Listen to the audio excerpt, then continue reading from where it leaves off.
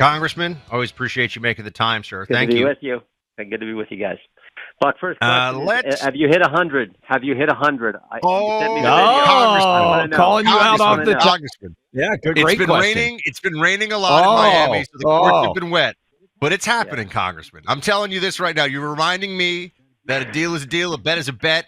I'm going to get out there. Laura Travis, very excited for me to cross that 100-mile-per-hour mark. I'm only at 97, so it's really quite a leap to get there. But I'm going to get there, and I promise you, Congressman, you will be among the first to know it's going to happen this calendar year. That's good to hear. Thank you. The video you sent, by the way, I was impressed. It was, I like watching sports. I'm not a tennis player, but I was impressed. Good form. You hit the ball. I mean, I didn't think you'd hit it that close to 100, but it was pretty impressive. So I think you'll get there. Hey, I appreciate that. You know, I'm a middle-aged guy, and I can pretty much crank that serve at 97 miles an hour. I told Clay 100 initially, so it's not like I was way off. All these people are saying 60 in the replies. These people are nuts. They need to get a speed gun. All right, so since we've got that out there, thank you for the reminder, though, because that is going to happen. I'm in Taiwan next week, so not a lot of tennis. Okay. Oh, I just kind of let that slip, didn't I? But not a lot of tennis going there, but I will be doing it when I get back here to lovely Miami Beach. Okay, YouTube. Let's take a look.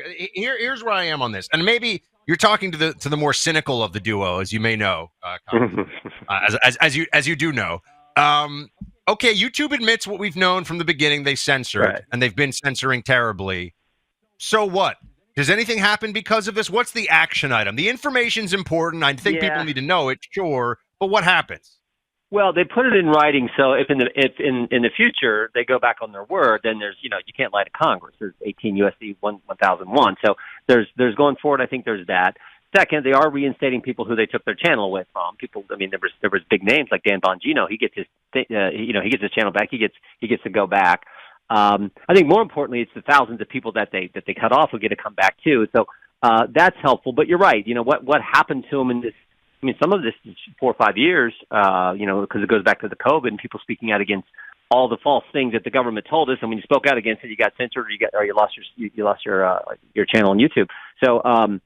That's tough, but I look at the glass half full. Going forward, people are being reinstated. They've admitted to it. They've said they will never use fact checkers like some of these other platforms did, because we all know, these fact checkers were lefties who labeled all kinds of things, misinformation, disinformation, and censored people. So I think all that's positive. But I get what you're saying. All we can do though is the best we can, and as we're moving forward. Jim, appreciate you coming on with us, and I appreciate you calling out Buck, because I've forgotten, and it is interesting how the rain has been coming down, and this allowed him to. It's rainy season, hurricanes. Excuse me, very tough for the outdoor courts here. But you may proceed, Clay.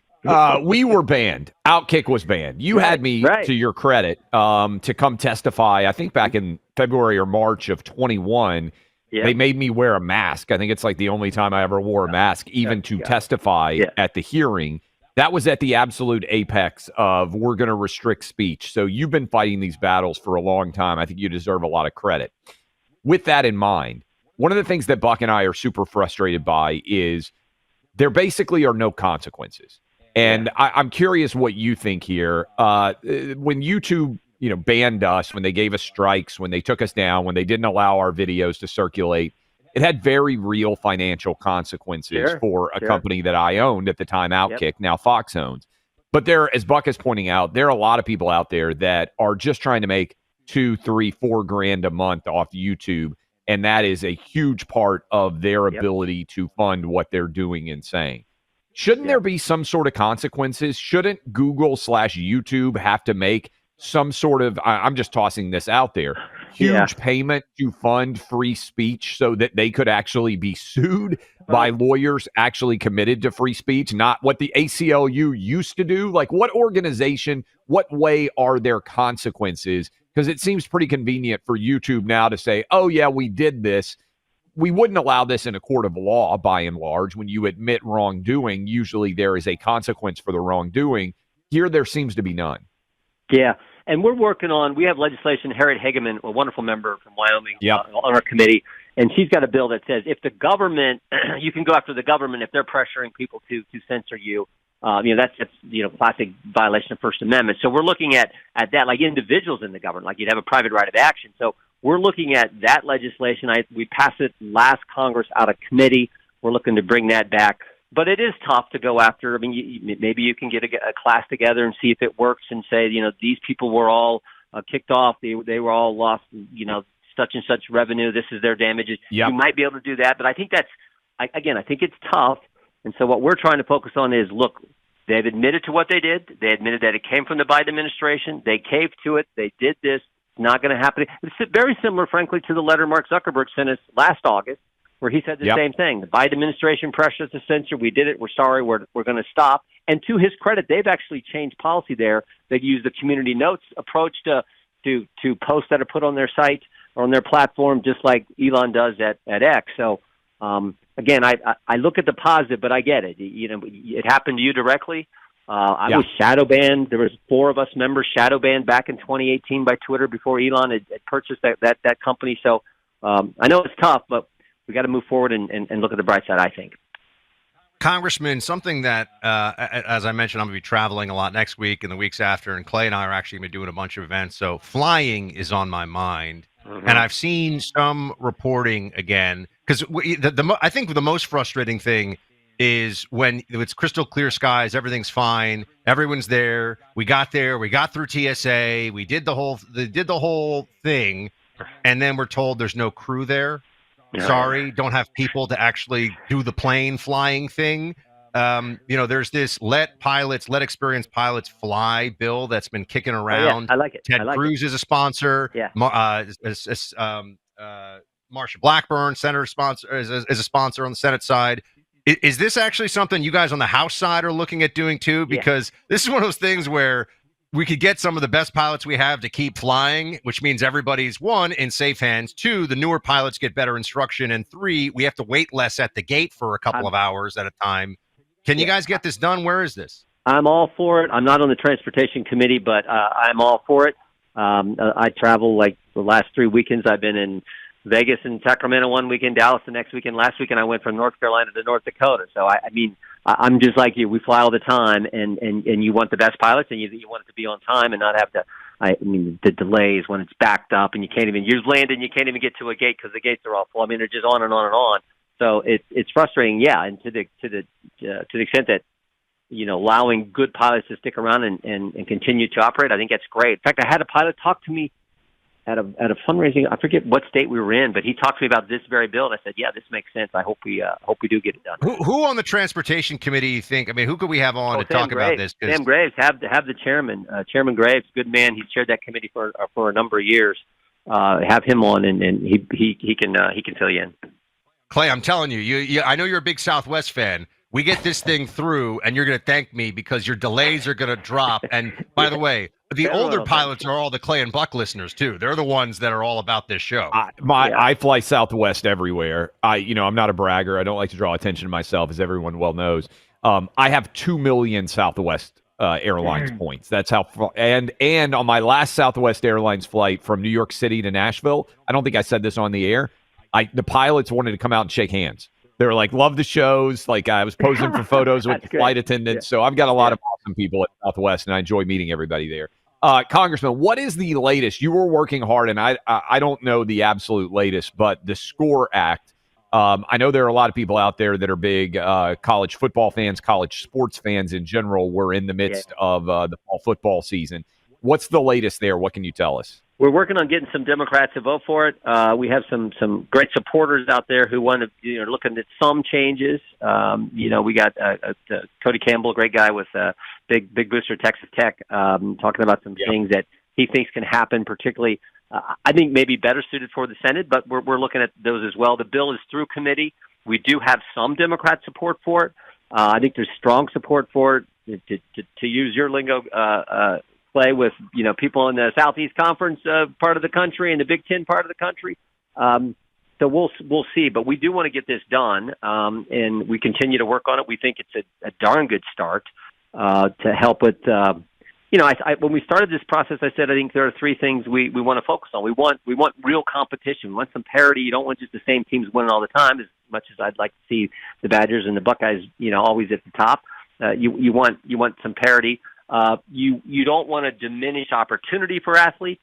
The USOC is very concerned about what happens to the so-called non-revenue sports, the Olympic sports and women's sports. And so we're trying to see how we can be helpful there. And part of the thing in the bill is we don't want any school to drop the sports that stay Division I. You got to have 16. We kept that in we put that in the bill.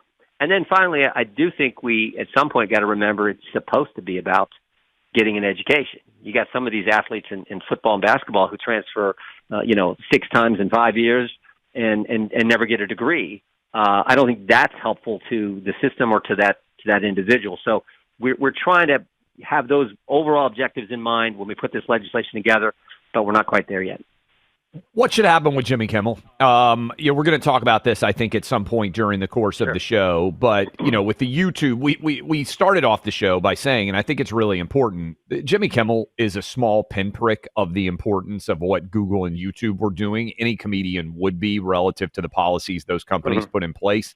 And Nexstar and Sinclair are still not carrying, meaning I'm not sure where your affiliate station is, Jim, but I know here in Nashville, I couldn't watch last night if I wanted to. Yeah. They have news on. I'm a Nexstar affiliate here in the ABC Nashville market.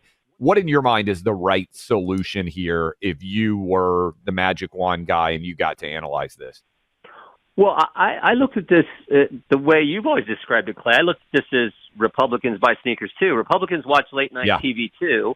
And I think Nexstar and Sinclair just said, we just don't think it's appropriate. It seems to me if you're a late night talk show host, you should not do two things. You shouldn't tick off half the potential audience, and you should be funny. And it seems like Jimmy Kimmel was failing on both of those two things. So I think Nexstar and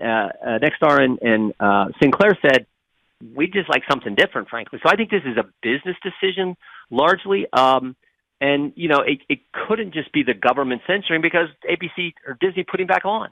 So I think I looked at it throughout this whole thing, and I understand what Commissioner Carr said, but I looked at it largely as this was a business deal. Nexstar came forward and said, "No, we want something different," and you can't blame him for that because I think they're losing money on the show. ABC is. I never thought he was really that funny. It was all just.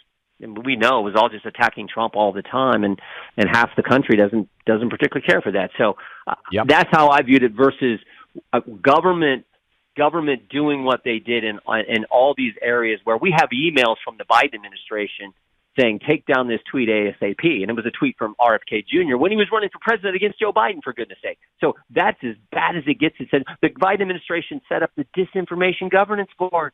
Most Orwellian thing in history. Oh, yeah. A bunch of bureaucrats tell you what you can say. Nina Jankowicz. I haven't forgotten her name. Totally.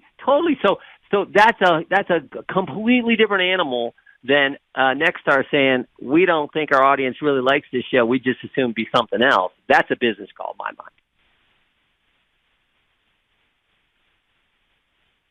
Totally agree. Congressman Jim Jordan will have you back, and there will be video of that 100-mile-an-hour serve for you. It will happen. I will not be denied. It's going to happen. Thank you, sir. Thank you. All right, take care, guys. Speaking of serving up 100 miles an hour, I'm glad we were reminded of this important milestone that middle-aged Buck is going to hit one way or another. I like that you're now calling yourself middle-aged. This happened out of nowhere. You used to be like, oh, I'm a youthful guy, and now like all of a sudden we're middle-aged. Like, oh, we're lucky to be able to get out of bed in the morning. I'm gonna let you in a little secret. Now, this probably isn't unique to tennis, but I think it's more common in tennis. Everyone who plays tennis, you all know those who play on a regular basis, play some USTA matches or play the club championship or the local ladder in their neighborhood or whatever. They're always like, oh, I haven't played in so long. Oh, my shoulder's been really off lately. Like, every time you talk to somebody you're about to play tennis with, it's, oh, my Achilles has been so tight. I haven't had surgery on it yet, but I'm really, blah, blah, blah. It's all a big psych out game. So, yeah, of course, I'm playing up the middle age thing now, Clay. Technically true, so I'm milking it for all that it's worth. But middle-aged Buck is going to get that 100-mile-an-hour serve. Somehow I'll find 3 more MPH on my serve than the last time out there. I did get a better system, but you know what part of my system is? Chalk, friends, because I cannot let this go. I will not be denied, and Chalk is like in the corner there, urging me on, giving me that energy, drive, and focus. I don't want to end up like one of these Biden Kamala voters who's like, I couldn't hit the serve 100 miles an hour, so I'm doing chalk every day. The chalk daily is fantastic. I've also got chalk's Chad mode, which if you can't hit 100 miles an hour with Chad mode, and I don't even know how fast you can pitch, but it'll add some MPH there for you too, or whatever you're doing. Bowling. Apparently Clay's a great bowler, which I'm not bad for bowling, honestly. Kind of not a sport that you want to brag about being good at, but I'm pretty solid. So my point here is chalk is just going to help you across the board. CHOQ, that's CHOQ. And when you use my name, Buck, you get a massive discount on any subscription for life. You can cancel if you want to, but you're not going to want to do that. The chalk is amazing. The male vitality stack, that's where I would start, friends. Can increase testosterone markedly. Go check it out. CHOQ.com, promo code BUCK, and hit that 100-mile-an-hour serve. Hey, don't forget to subscribe to our YouTube channel. And be sure to hit that like button.